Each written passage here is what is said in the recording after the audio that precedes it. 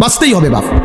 অগণিত গুনার মধ্যে এক মানুষের দ্বারা সবচেয়ে বেশি যে গুনাহটা হয় আল্লাহ এখানে উল্লেখ করছেন এই আয়াতে, সূরা নূরের 30 নম্বর আয়াত।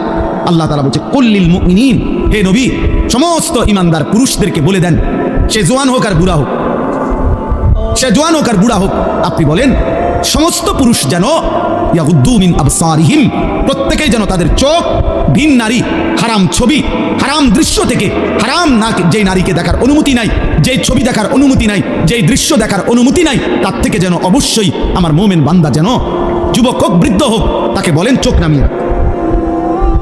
ইয়াগুদ্দু মিন আবসারিহিম, সে যেন চোখ নামাবে। এখানে তাফসীরের মধ্যে লিখছে ইয়াগুদ্দু মিন আবসারিহিম, এটার মধ্যে আল্লাহ তাআলা অন্যান্য জায়গায় আদেশ করছে। এখানে বললে এভাবে বলতে পারতো, গুদ্দু আবসারাহুম, আল্লাহ বলতে পারতেন হে মোমেন তোমরা তোমাদের চোখ নামাও, আল্লাহ এটা বলে নাই, বলছে ইয়াগুদ্দু মিন আবসারিহিম। অর্থ হইল তাফসীরের মধ্যে লিখছে আল্লাহ বলতে চাচ্ছে আমার যেই বান্দাই মোমেন, যে মোমেন ইমানদার পুরুষ মাত্রই ইয়াগুদ্দু মিন আবসারিহিম, সে তো হারাম দৃশ্য থেকে চোখ নামাবেই, চোখ নামাবেই, এটা স্বাভাবিক। ও দেখবে কেন, আমি না হারাম করছি, আমি না হারাম করেছি, আমি না হারাম করেছি।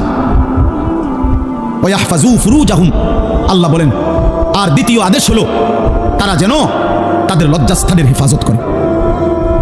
আজকে মুসলমানের নওজোয়ান ভাই, মুসলমানের মা বোন